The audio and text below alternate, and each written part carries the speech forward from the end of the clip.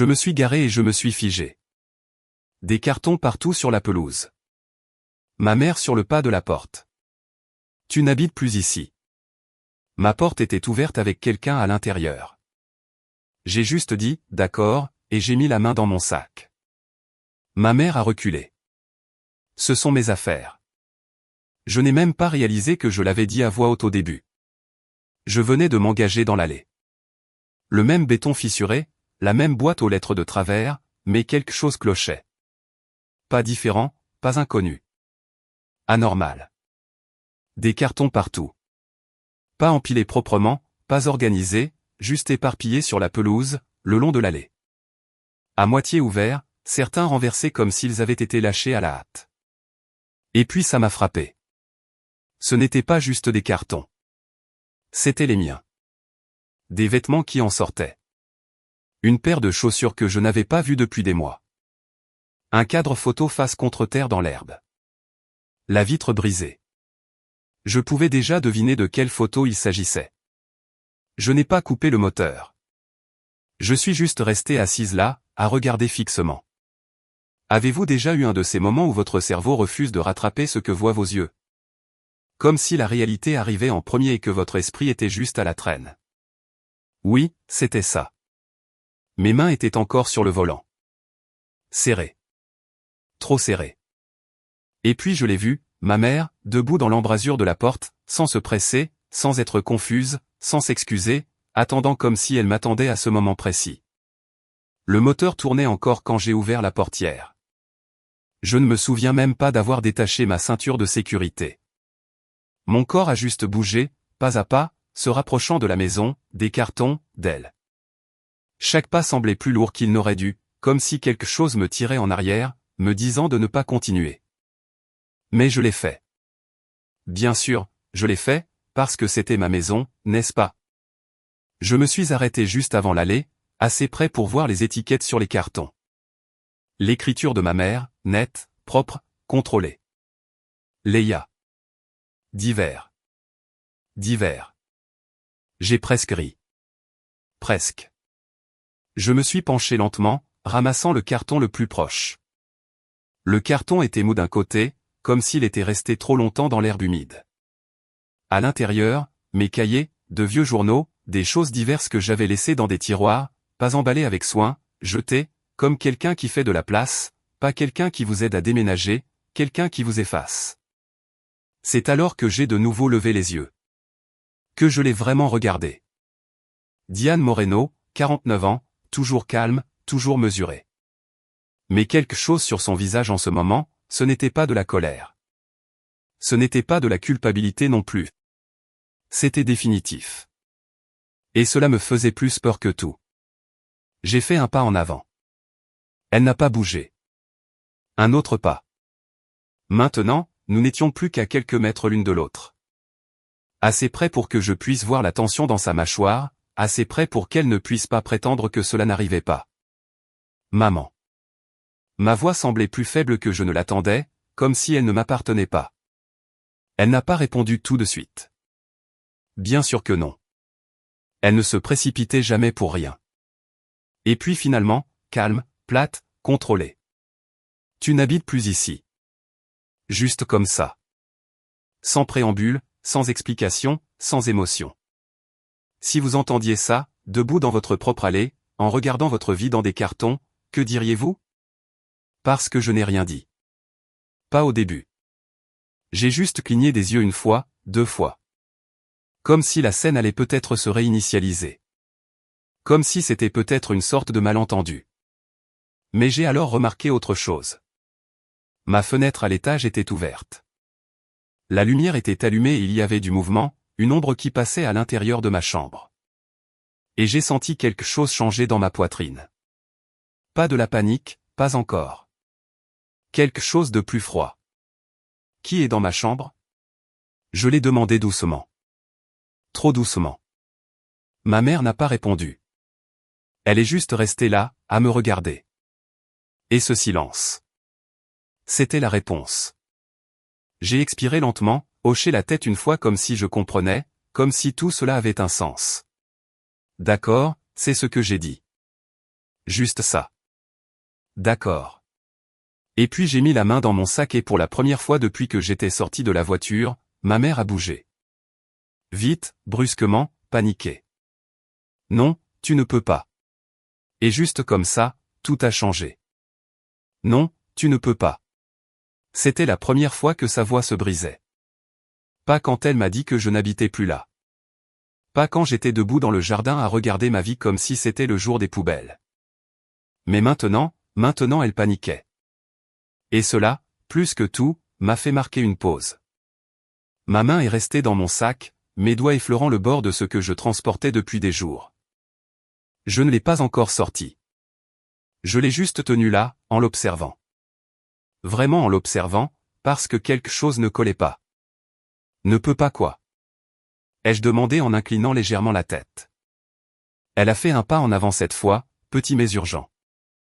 Son sang-froid, celui qu'elle portait toujours comme une armure, commençait à glisser. Juste assez pour le remarquer si vous la connaissiez bien. Et c'était mon cas. Je veux dire, commença-t-elle, puis s'arrêta, se recalibrant. Léa, il ne faut pas que ça tourne à la scène. Une scène? J'ai jeté un coup d'œil au carton, à mes vêtements dans la terre, aux rideaux de mes voisins qui bougeaient à peine, comme s'ils essayaient de ne pas être évidents. Tu en as déjà fait une, ai-je dit. Ça a porté. Je l'ai vu dans la façon dont ses lèvres se sont serrées. Plus fort maintenant, de nouveau contrôlé, mais pas entièrement. Derrière elle, la porte d'entrée était toujours grande ouverte. Et c'est là que j'ai remarqué autre chose. Des chaussures, pas les nôtres. Une paire de baskets d'homme près du mur. Propre, neuve, pas celle de mon père. Et à côté d'elle, des chaussures plus petites, usées, mais pas vieilles. Certainement pas les miennes. Je l'ai ressenti à nouveau. Ce changement froid dans ma poitrine. Il ne s'agissait pas seulement de moi me faisant mettre à la porte. Quelqu'un d'autre était déjà installé. Tu ne m'as pas répondu, ai-je dit, ma voix plus basse maintenant, mais plus tranchante. Qui est dans ma chambre? Elle a expiré lentement, comme si elle décidait de ce qu'il fallait dire, ou du peu qu'il fallait dire. Des gens, a-t-elle finalement dit. Des gens. Pas un nom, pas une explication, juste des gens. J'ai laissé échapper un petit souffle par le nez. Pas tout à fait un rire, pas tout à fait de la colère, juste de l'incrédulité qui cherchait où aller. Tu as installé des gens dans ma chambre, ai-je répété. Ce n'était pas une question, et elle ne m'a pas corrigé, ne l'a pas nié. Et ce silence, encore une fois. Il disait tout. J'ai regardé par-dessus son épaule, plus profondément dans la maison. Les meubles du salon semblaient différents, légèrement réarrangés. Subtils, mais assez pour que je ne me sente plus chez moi, comme si j'avais déjà été effacé. Tu avais dit que je pouvais rester, ai-je dit. Et cette fois, il y avait quelque chose là. Pas de la colère, même pas une accusation, juste un fait. Un souvenir prononcé à voix haute. Parce qu'elle avait dit ça il y a 3 mois, quand j'étais arrivé avec ma valise, essayant de ne pas paraître aussi désespéré que je l'étais. Tu peux rester jusqu'à ce que tu sois stable. Ces mots. Je m'en souvenais clairement. Apparemment, elle non. Ou pire, elle s'en souvenait. C'était avant, dit-elle. Avant quoi? Avant que tu ne décides que je ne valais pas la peine qu'on me dise la vérité? Avant que tu ne me remplaces. Et je n'ai rien dit de tout ça à voix haute. Pas encore. Au lieu de ça, j'ai sorti ma main de mon sac, ne tenant toujours rien de visible. Juste assez de mouvement pour la rendre à nouveau tendue. Ses yeux sont immédiatement tombés sur ma main, observant, calculant, effrayés. Et c'est là que j'ai su avec certitude. Quoi qu'elle pense que j'avais, elle ne voulait pas que je l'utilise. Intéressant. Très intéressant. J'ai fait un pas de plus. Elle ne m'a pas bloqué cette fois. N'a pas tendu la main. Ne m'a pas arrêté, ce qui m'a appris autre chose. Elle n'était pas sûre de pouvoir le faire. Tu aurais dû me le dire, ai-je dit. Simple, direct. Et pendant une seconde, juste une seconde, j'ai vu quelque chose vaciller sur son visage. Du regret? Non, pas tout à fait. Plutôt de l'inquiétude, comme si elle réalisait que cela ne se passait pas comme elle l'avait prévu. derrière elle, un bruit, des pas venant de l'étage, lent, inconnu, puis une voix. Une voix d'homme, pas celle de mon père, de personne que je connaissais. Diane. J'ai levé mon regard juste au-delà d'elle, dans la maison. Quelque chose en moi s'est apaisé. Pas le calme, pas la paix, quelque chose de plus vif, de plus concentré. Parce que quoi que ce soit, quoi qu'elle ait fait, je ne devinais plus. J'étais sur le point de le voir de près. Et j'avais le sentiment que c'était pire que je ne le pensais. Diane, cette voix venait de l'intérieur de la maison. Et à la seconde où je l'ai entendue, quelque chose en moi s'est verrouillé. Pas parce que je la reconnaissais, parce que ce n'était pas le cas. Et quand un étranger est assez à l'aise pour appeler votre mère par son prénom depuis l'intérieur de votre maison pendant que vos affaires sont dans des cartons sur la pelouse, cela vous dit tout ce que vous avez besoin de savoir. J'ai regardé par-dessus l'épaule de ma mère. La lumière du couloir était allumée. L'escalier était visible de là où je me tenais. Et en haut du palier, juste pour une seconde, j'ai de nouveau aperçu un mouvement. Quelqu'un qui se reculait hors de vue après avoir réalisé que je regardais. Ma mère s'est tournée à moitié comme si elle voulait répondre à celui qui l'avait appelée, mais elle n'a pas quitté mes yeux. « Léa, dit-elle en baissant la voix. S'il te plaît, ne fais pas ça ici. » Faire quoi ici? Exister? Poser des questions. Réagir comme une personne normale après être rentrée chez elle pour découvrir qu'elle avait été retirée de sa propre vie? J'ai fait un petit signe de tête, presque comme si j'étais d'accord avec elle. Puis j'ai dit, alors, où devrais-je le faire? Parce qu'apparemment, pas à l'intérieur. Ça a frappé plus fort que je ne l'attendais. Même elle a eu l'air piquée pendant une demi-seconde, mais c'est passé rapidement. Avec ma mère, tout passait rapidement si cela menaçait son sentiment de contrôle. Voici la partie qui aggrave les choses. Ce n'était pas complètement sorti de nulle part.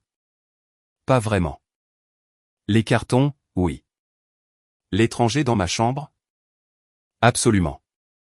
Mais le sentiment que quelque chose se préparait, je l'avais depuis des semaines. Je suis Léa Moreno. J'ai 22 ans. J'ai déménagé à 19 ans parce que vivre sous le toit de ma mère était toujours semé de pièges invisibles. Elle ne criait jamais beaucoup. Ça aurait été plus facile, honnêtement. Plus facile à pointer du doigt, plus facile à expliquer. Non, ma mère se spécialisait dans quelque chose de plus silencieux. Des règles qui bougeaient, des attentes qui changeaient, des punitions qui venaient enveloppées de politesse. Mon père, Carlos, 52 ans, avait son propre talent, disparaître tout en étant juste en face de vous. Il n'était pas cruel. Cela aurait nécessité une action. Il était juste absent de la manière la plus présente possible.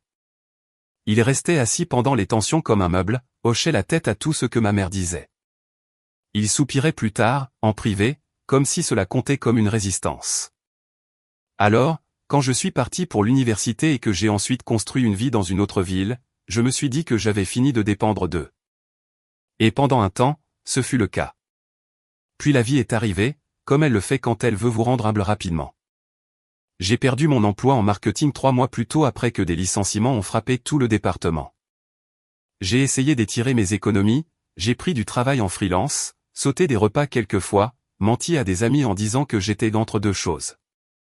Mais quand mon bail a pris fin et que je n'ai pas pu le renouveler, je me suis retrouvé à court de moyens de prétendre que j'allais bien. C'est alors que mes parents ont dit que je pouvais revenir. Pas pour toujours, pas confortablement, mais ils l'ont dit. Tu peux rester jusqu'à ce que tu sois stable. Ces mots exacts. Et dès le début, cela semblait temporaire d'une manière difficile à décrire. Ma mère a immédiatement établi des règles. Envoie un texto si tu vas être en retard. Ne laisse pas de vaisselle dans l'évier. Respecte des horaires de recherche d'emploi. Ne traite pas cet endroit comme un hôtel. Une partie de cela était juste. Honnêtement, une grande partie l'était. J'ai essayé de tout suivre. J'ai fait profil bas. J'ai postulé partout. J'ai contribué ce que je pouvais de mes économies restantes. Mais ensuite sont venus les commentaires. Combien de temps penses-tu que cela prendra? As-tu envisagé des quartiers moins chers? As-tu des amis chez qui tu pourrais rester? Ces questions ont commencé à sonner moins comme de l'inquiétude et plus comme de la planification. Il y a une semaine, je suis descendu et j'ai trouvé ma mère en train de mesurer le couloir de l'étage. Elle a dit qu'elle vérifiait juste quelque chose. Je n'ai pas insisté. J'aurais peut-être dû. Maintenant, debout dans l'allée avec ma vie en carton, je réalisais que chaque signal d'alarme avait pointé vers ça. Et puis la porte d'entrée s'est ouverte plus largement. Mon père est apparu. Il m'a regardé, a regardé les cartons, et a dit la pire chose possible qu'une personne puisse dire dans un moment comme celui-là. Pouvons-nous tous rester calmes? Je l'ai regardé fixement, puis elle, et de l'étage, j'ai entendu une porte s'ouvrir, suivie de pas qui descendaient. Pouvons-nous tous rester calmes? C'est ce que mon père a dit. Et je me souviens avoir pensé, calme? Avez-vous déjà remarqué que les gens ne demandent le calme que lorsqu'ils ont déjà fait quelque chose d'irréversible? Je ne lui ai pas répondu. Je ne l'ai même pas regardé à nouveau, parce que la vraie réponse descendait déjà les escaliers. Des pas, lents, désinvoltes, comme si la personne avait tout à fait le droit d'être là. Et puis je les ai vus. D'abord, l'homme, la quarantaine, peut-être. Expression neutre, mais ses yeux parcouraient la pièce comme s'il essayait de comprendre s'il venait de tomber sur quelque chose qu'il n'était pas censé voir. Puis une femme derrière lui. Même tranche d'âge, les bras croisés. Mal à l'aise mais observatrice. Et puis la fille, 16, peut-être 17 ans, portant mon sweat à capuche. Mon sweat à capuche. Celui que j'avais laissé accroché au dossier de la chaise de ma chambre. Elle a descendu la dernière marche, m'a jeté un coup d'œil et a souri, polie, confuse.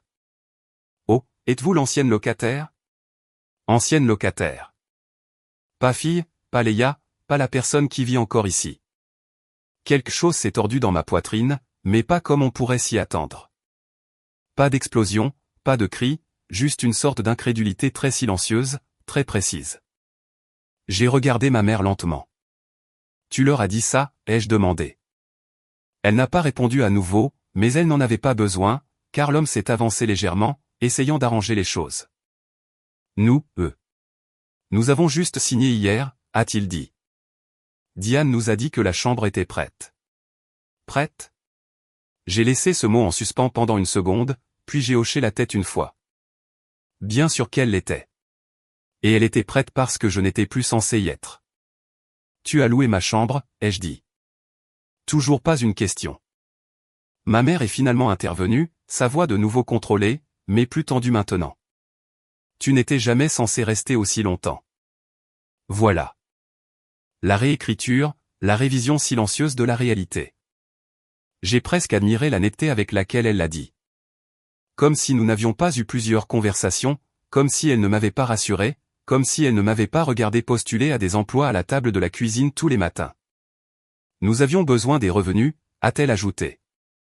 Besoin. Un autre mot prudent, quelque chose de justifiable, quelque chose qui faisait que cela sonnait moins comme une trahison et plus comme une nécessité. Et peut-être que ça l'était, mais cela ne changeait pas la manière dont cela avait été fait. Derrière elle, mon père a changé de pied, clairement mal à l'aise maintenant qu'il y avait des témoins. Le couple a échangé un regard.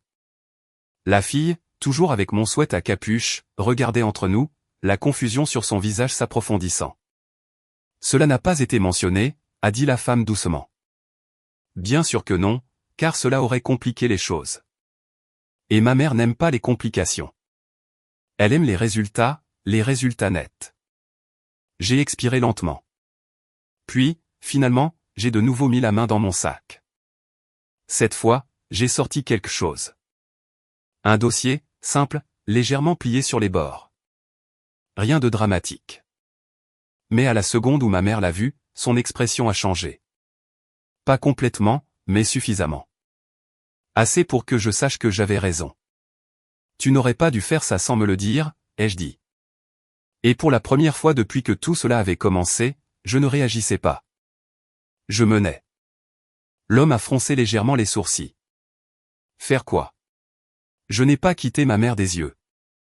Parce que cette partie, ce n'était pas pour eux. Pas encore. C'était pour elle. Pendant des semaines, ai-je continué, calme, mesuré, j'ai eu le sentiment que quelque chose n'allait pas. Mes doigts tapotaient légèrement le bord du dossier.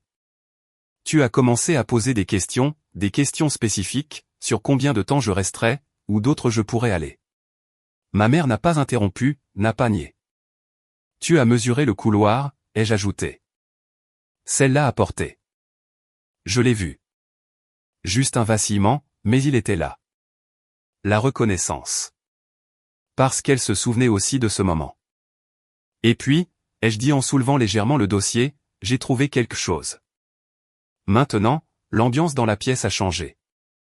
Le couple s'est légèrement penché en avant. Mon père avait l'air confus. Ma mère? Elle avait l'air inquiète.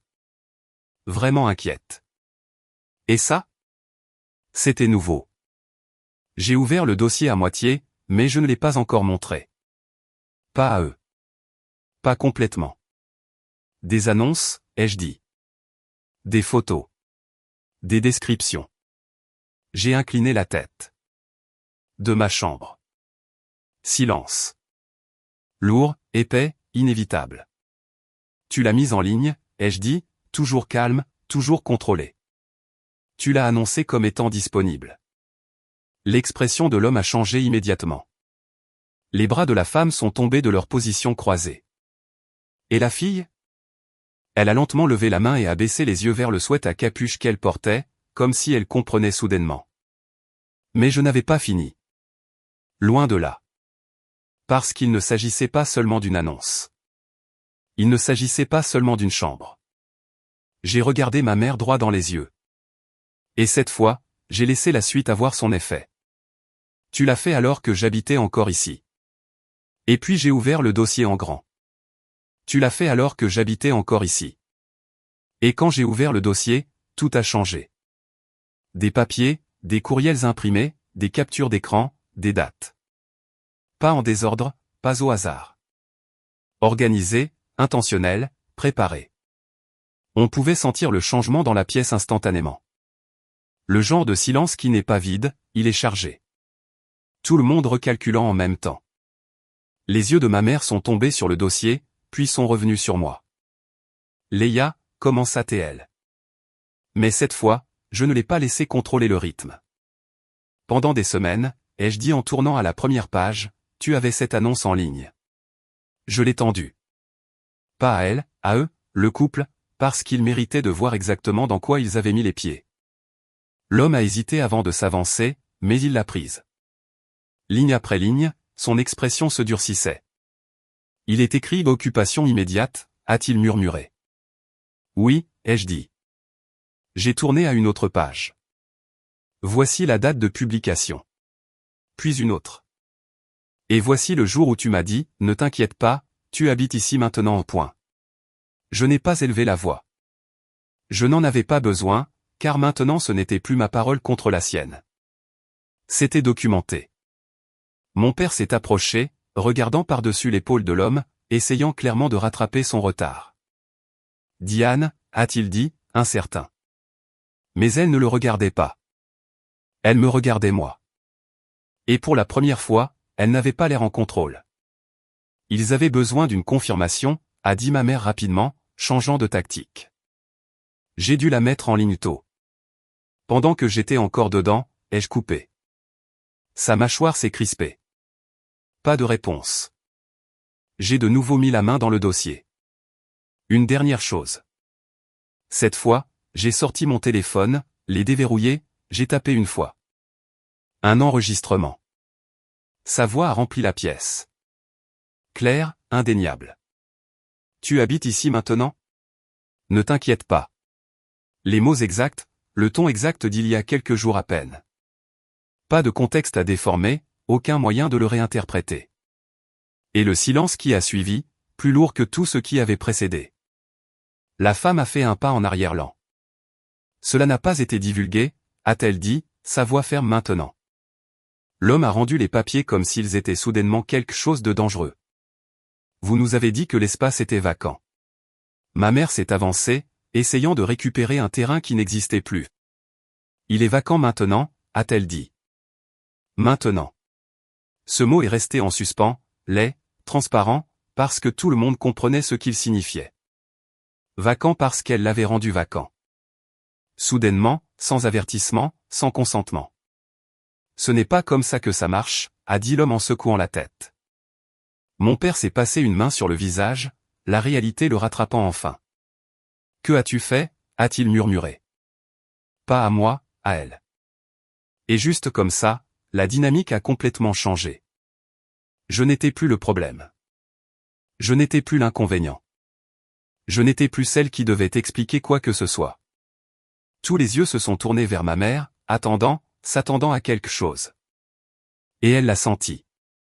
Je pouvais le voir dans la façon dont sa posture a changé. Moins rigide, moins certaine. Il ne faut pas que ça devienne quelque chose de plus grand, a-t-elle dit, sa voix plus basse maintenant. Contrôlée, mais à peine.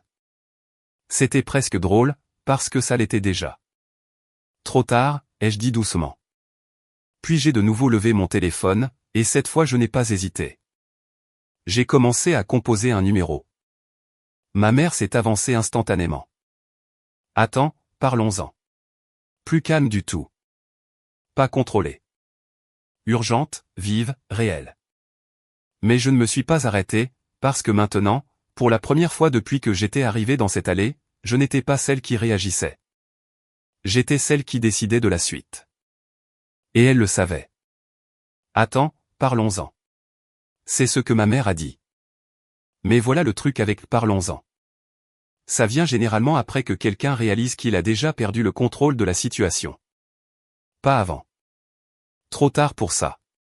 Mon pouce a plané sur le bouton d'appel pendant une demi-seconde. Puis j'ai appuyé.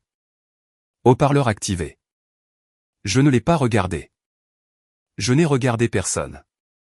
J'ai juste écouté la sonnerie. Une fois, deux fois, puis. Service d'assistance aux locataires. Comment puis-je vous aider? Ma mère a inspiré brusquement à côté de moi. Bonjour, ai-je dit d'une voix stable.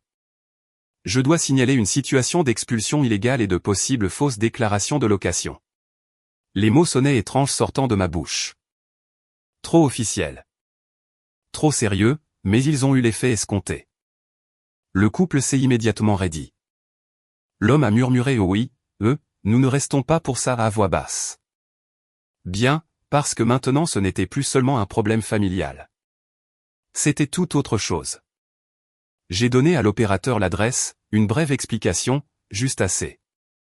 Ils m'ont dit ce que je soupçonnais déjà, quelqu'un ferait un suivi, et si nécessaire, cela pourrait dégénérer juridiquement en fonction des lois locales et de la classification du locataire. C'était suffisant. J'ai raccroché. Silence. Personne n'a bougé pendant une seconde. Puis tout s'est passé en même temps. C'est ridicule, a lâché ma mère, mais il n'y avait plus de poids derrière ces mots. Plus d'autorité, juste une réaction. La femme s'est tournée vers elle. Non, ce qui est ridicule, c'est que vous nous ayez loué un espace qui n'était pas réellement disponible. Nous ne pouvons pas rester ici, a ajouté l'homme. Cela engage notre responsabilité. La fille, toujours avec mon sweat à capuche, l'a doucement retiré et plié, le posant sur la rampe de l'escalier comme si elle comprenait soudainement qu'il ne lui avait jamais appartenu. Ce petit mouvement, ça a frappé plus fort que tout le reste parce que ça a rendu toute la situation réelle d'une manière que rien d'autre n'avait fait. Mon père est finalement intervenu, essayant de prendre le contrôle de quelque chose. N'importe quoi. Calmons-nous et essayons de régler ça. Non. L'homme l'a interrompu. Nous avons fini. Juste comme ça. Décision prise. Ils ont commencé à rassembler leurs affaires immédiatement. Rapide, efficace. Fini cette énergie. En quelques minutes, la maison qui avait été si rapidement cédée a commencé à se vider à nouveau. Ma mère est restée là à regarder tout ça se passer, comme si elle n'arrivait pas à comprendre à quelle vitesse tout s'était effondré. Tu réagis de manière excessive, m'a-t-elle dit, mais plus doucement maintenant, moins certaine. Je l'ai regardée, vraiment regardée, et pour la première fois de ma vie, je ne me sentais pas petite en me tenant là. Tu ne me l'as pas dit, ai-je dit. C'était tout. Pas de cris, pas de discours dramatique, juste la vérité. Simple, nette, finale. Tu ne m'as pas fait assez confiance pour me dire la vérité. Elle a ouvert la bouche, l'a refermée, parce qu'il n'y avait pas de version de cette histoire où elle s'en sortait bien. Plus maintenant. Mon père a expiré lourdement, s'asseyant comme si le poids de tout venait de s'abattre sur lui. Je t'avais dit que nous aurions dû simplement lui parler, a-t-il murmuré. Voilà. La confirmation. Il savait. Pas tout, peut-être, mais assez. Et il n'avait quand même rien dit. Cela a réglé quelque chose en moi. Pas de la colère, quelque chose de plus froid, de plus clair. Je ne reste pas ici, ai-je dit. Cela a immédiatement attiré leur attention. Tu ne peux pas simplement. A commencé ma mère. Je peux, ai-je coupé. Et je le fais. Parce que voici la vérité que personne ne dit à voix haute. Cela cesse d'être votre maison au moment où vous n'êtes plus traité comme si vous y aviez votre place. Et cela s'était déjà produit. Les cartons dehors.